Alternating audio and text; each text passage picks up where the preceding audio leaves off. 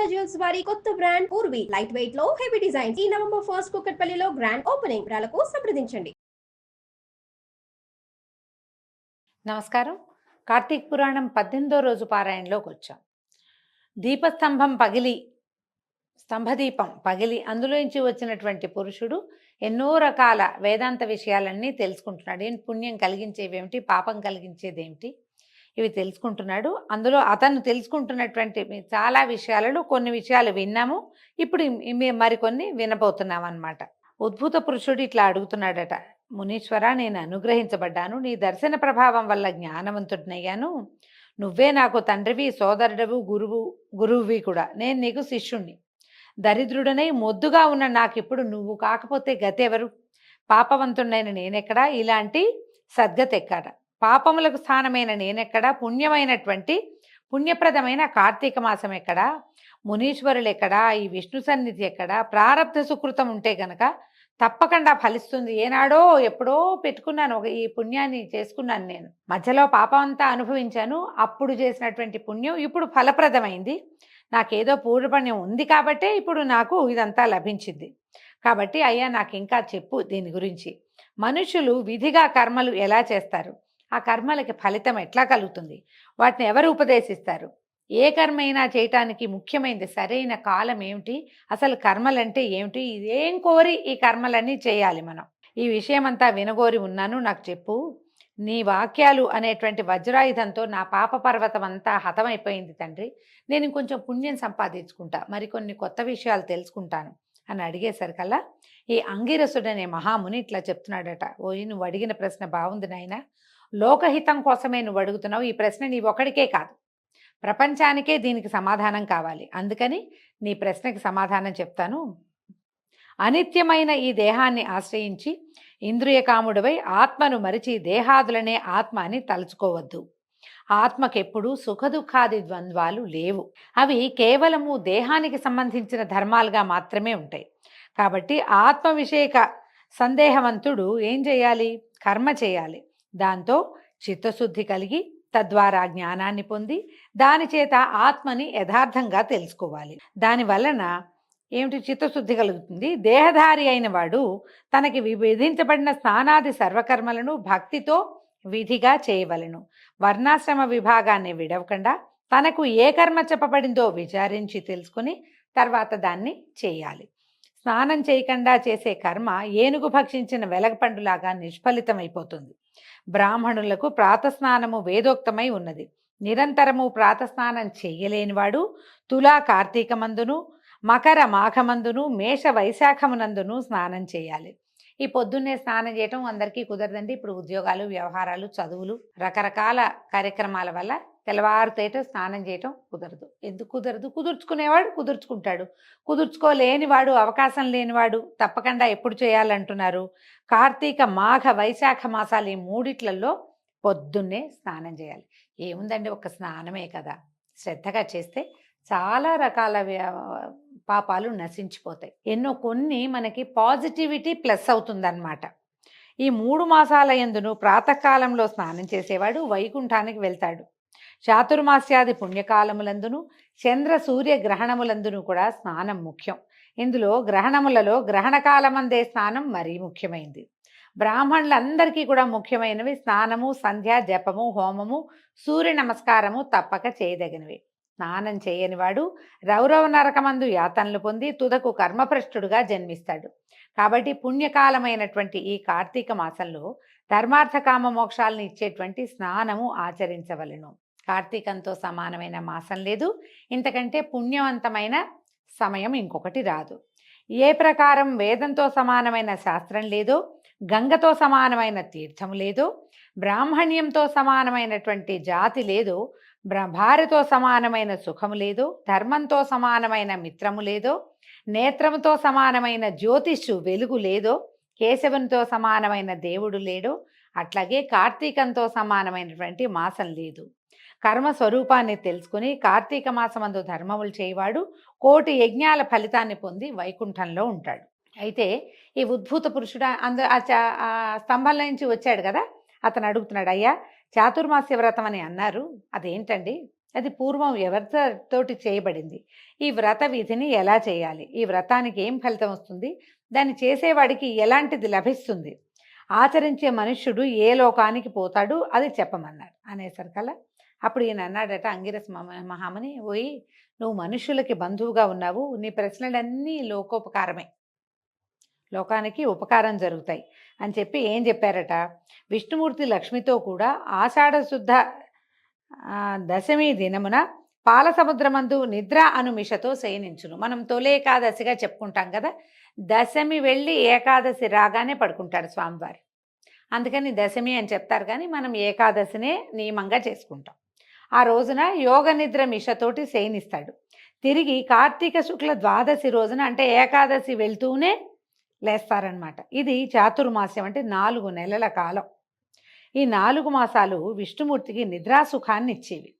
అంటే హరి 8 మాసాలు వ్యాపారముతో ఉండి, అంటే ఈ క్రియ అంతా ఈ భూమండలాన్ని పాలించే క్రియలో ఉండి, సర్వప్రపంచాన్ని పాలించేవాడే కదా మహావిష్ణువు. పాలన కార్యక్రమం 8 నెలలు చేసి ఈ 4 మాసాలు విరమణ చేస్తాడు. ఆయన పాలనా వ్యవహారంలో లేడు, ఇక నిద్రపోతాడనమాట, పడుకుంటాడు. విష్ణువుకి నిద్రాసుఖాన్ని ఇస్తుంది కాబట్టి ఇది పుణ్యకాలం. ఈ కాలంలో హరిని ధ్యానించేవాడు విష్ణులోకాన్ని పొందుతాడు. ఈ 4 మాసాల్లో చేసిన పుణ్యకార్యాలు అనంతమవుతాయి. ఇది కూడా ఒక ప్రత్యేకమైనది. చాతుర్మాస్యం కొంతమందే పాటిస్తారండి. మనకి ముఖ్యంగా మనకు గురువులుగా చెప్పబడేవాళ్ళు, చతురామ్నాయ పీఠాలకి అధిష్టాతలుగా ఉన్నవాళ్ళు వీళ్ళందరూ, తర్వాత యతులు, సన్యాసులు, పూజ్య గురువులు, వీళ్ళందరూ కూడా చాతుర్మాస్య వ్రతం చేస్తారు. చాతుర్మాస్యం కొన్ని ఊళ్ళలో చేయాలని నియమం పెట్టుకుంటారు. చాతుర్మాస్యంలో ప్రయాణాలు అవి చేయకూడదన్న ఒక నియమం ఉంటుంది. ఎక్కడున్నారో అక్కడ ఉండిపోతారనమాట. దీన్ని బట్టి వారి శిష్యులు కూడా, సంసారులు కూడా, కొంచెం పెద్దవాళ్ళు అయిన వాళ్ళంతా ఈ చాతుర్మాస్య వ్రతాన్ని పాటిస్తారు. కారణం ఏంటంటే ఈ విషయంలో నారదుడికి విష్ణుమూర్తి చెప్పింది ఒకటి ఉంది. పూర్వం కృతయుగంలో వైకుంఠలోకమందు హరి లక్ష్మితో కూడా సింహాసనం మీద కూర్చుని సురకిన్నర ఖేచరోరగ గణముల చేతను స్వగణ భృత్యుల చేతను సేవింపబడుతున్నాడు. ఖేచర్లంటే ఆకాశంలో తిరిగేవాళ్ళు, ఊరగులంటే సర్పాలు, వీళ్ళంతా ఆయన్ని సేవిస్తున్నారట. ఇలా ఉండగా భగవద్భక్తుడైన నారదముని కోటి సూర్యకాంతి గల వైకుంఠ లోకానికి వచ్చాడట. నారదుడు వచ్చి సింహాసనాసీనుడై 4 భుజాలు కలిగి పద్మముల వంటి నేత్రములతో ప్రకాశించేటువంటి అతి మనోహరుడైన విష్ణుమూర్తిని చూశాడు. చూసి ఎంతో సంతోషించాడట. అమితానందంతో ఆయన పాదాలకు నమస్కారం చేసిన నారదుల వారిని విష్ణుమూర్తి కనుక్కుంటున్నారు కుశలం. నీవు సంచరించే స్థలాలయందు సర్వత్రా కుశలమేనా? ఋషుల ధర్మాలు బాగా ఉన్నాయా? ఉపద్రవాలు లేవు కదా? మనుష్యులు వారి వారి ధర్మములందు ఉన్నారా? ఈ విషయం అంతా ఈ సభలో చెప్పమన్నారట. అయితే ఆ మాట విని నారదుల వారు నవ్వుతూ ఇట్లా చెప్పాడట, ఓ స్వామి, నేను భూమినంతా తిరిగి చూశాను. వేదత్రయమందు చెప్పబడినటువంటి మార్గము విడువబడింది. కొందరు మునీశ్వరులు గ్రామ్య లోలుగా ఉన్నారు. తమ తమ కర్మలను యావత్తూ విడిచారు. వారు దేనికిదో ముక్తులవుతారో నాకు తెలియకుండా ఉంది. కొందరేమో తినకూడని వస్తువులు తింటున్నారు, కొందరు వ్రతాలు మానేశారు, కొందరు ఆచారవంతులుగా ఉన్నారు, కానీ కొంతమంది అహంకార వర్జితులుగానే ఉన్నారు, కొందరు మంచి మార్గంలో ఉన్నారు, కానీ మరికొందరు నింద చేసేవాళ్ళుగా ఉంటున్నారు. కాబట్టి దేవా, ఏదైనా ఒక ఉపాయం చేత శిక్షించి ఈ ఋషీశ్వరులని నువ్వు రక్షించాలి అనగానే భక్తవత్సలుడు సమస్త లోకపాలకుడు అయినటువంటి హరి లక్ష్మితో సహా గరుకుమంతుడిని అధిష్ఠించి భూలోకానికి వచ్చాడట. ఆయన వచ్చి ఏం చేశాడు, విష్ణుమూర్తి వృద్ధ బ్రాహ్మణ రూపధారి అయి వేల సంఖ్య గల బ్రాహ్మణులున్న ఒక స్థలానికి వచ్చి సర్వప్రాణి హృదయగతుడు అయినప్పటికీ మాయా నాటకధారి అయి పుణ్యక్షేత్రములందు, తీర్థములందు, పర్వతములందు, అరణ్యములందు, ఆశ్రమములందు తిరుగుతూ సమస్త భూమి యందు తిరుగుతూ ఉన్నాడు. ఎక్కడెక్కడ చాలామంది జనాలు బ్రాహ్మణులు చేరతారో ఆయా ప్రాంతాలలో తిరుగుతూ ఉన్నాడట. ఇట్లు సంచరిస్తున్నటువంటి విష్ణుమూర్తిని చూసి కొందరు భక్తితో అతిథి సత్కారాలు చేశారు, కొందరు నవ్వారు. ఏంటి ముసలాళ్ళు ఎందుకు తిరుగుతున్నారు రోడ్ల మీద పడి, ఈ దారుల్లో ఎందుకు, ఎక్కడో చోట ఒక ప్రాంతం చూసుకుని కూర్చోవచ్చు కదా, ఎందుకు వచ్చిన తాపత్రయమని ఎక్కిరించిన వాళ్ళు కనపడ్డారు. కొందరు నమస్కారాలే చేసేవాళ్ళు కాదు, కొందరు అభిమానతులు, వీళ్ళని చూడగానే మొహం తిప్పుకునేవాళ్ళు, కొందరేమో వీళ్ళని తుస్కరించేసేవాళ్ళు. పెద్దవాళ్ళని చూసి గర్వితులుగా, అంటే యవ్వనంలో ఇవాళ్ళు ఉంటారు, రేపు నడివయసు రాదా, ఎల్లుండి వృద్ధాప్యం రాదా, అది వస్తుంది. కానీ వృద్ధుల్ని చూస్తే యువకులకి ఒక వేళాకోళంగా ఉంటుంది. నేను చాలా యవ్వనంగా ఉన్నాను, నాకు చాలా బలం ఉంది, నాకు చాలా శక్తి ఉంది, నా చర్మం ఇలా ముడతలుగా లేదు అని రేపు నాటికి రాబోయేది అదేనని గ్రహించుకోకుండా ఉంటారు. గ్రహించుకోకపోయినా పర్వాలా, కానీ ఆ గ్రహించుకోకుండా ప్రవర్తిస్తే బాగుండదన్నమా. కానీ ఇలాగే విష్ణుమూర్తితోటి చాలామంది ప్రవర్తించారు. ఆయన భూమండలంలో చాలా ప్రాంతాలు చూసి వ్యక్తులు ఎట్లా భిన్నమైన ప్రవృత్తులు కలిగిన వారుగా ఉన్నారో చూశాడు ఆయన.